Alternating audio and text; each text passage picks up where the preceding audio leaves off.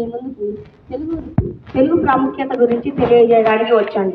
తెలుగు భాష మన మాతృభాష. మాతృ అంటే అమ్మ, మాతృభాష అంటే అమ్మ భాష. తెలుగు ప్రాముఖ్యత చెప్పలేనిది.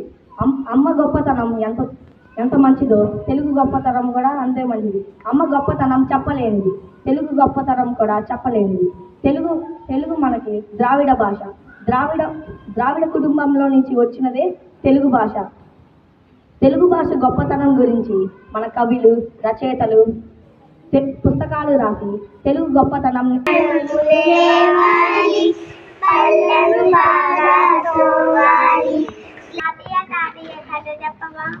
ఎప్పుడు కదలేనా కదలొద్దులే కానీ ఇప్పుడు నేను ఒక గమ్మత్తు చేస్తాను. వెళ్ళి నీ స్నేహితులను పిలుచుకోలేకు. గీత, రాము, సోము, సీను రండిరా రండి, తాతయ్య గమ్మత్తు చేస్తారంట. నేను ఇప్పుడు మీ ముందుకి గిడుగు వెంకట రామమూర్తి గారి గురించి చెప్పడానికి వచ్చాను. మీ అందరికీ తెలుగు భాష దినోత్సవం శుభాకాంక్షలు. తెలుగు భాష పితామహుడు గిడుగు వెంకట రామమూర్తి గారి జయంతి సందర్భంగా మనం తెలుగు భాష దినోత్సవాన్ని జరుపుకుంటాము.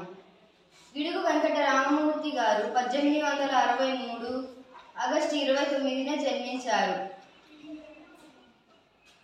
తెలుగు భాష తీయగా మధురంగా ఉంటుంది. దేశ భాషలందు తెలుగు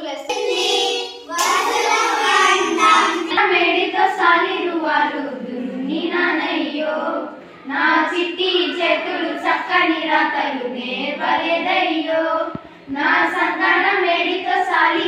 మీ ముందుకి సూక్తులు వివరించడానికి వచ్చారు. పంచుకున్న దుఃఖం తెలుగును, సుఖం పెరుగును, పరులకు కోరకుండా న్యాయం చేయాలి, మాటల చే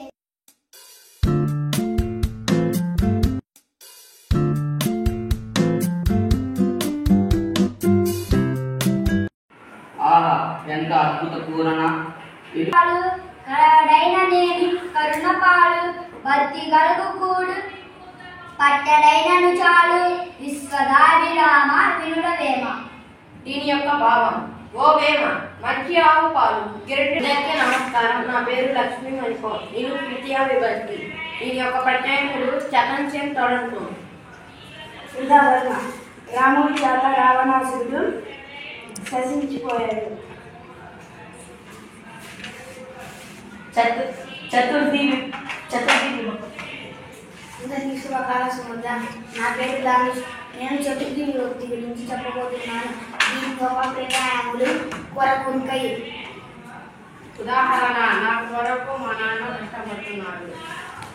పంచమి విభక్తి.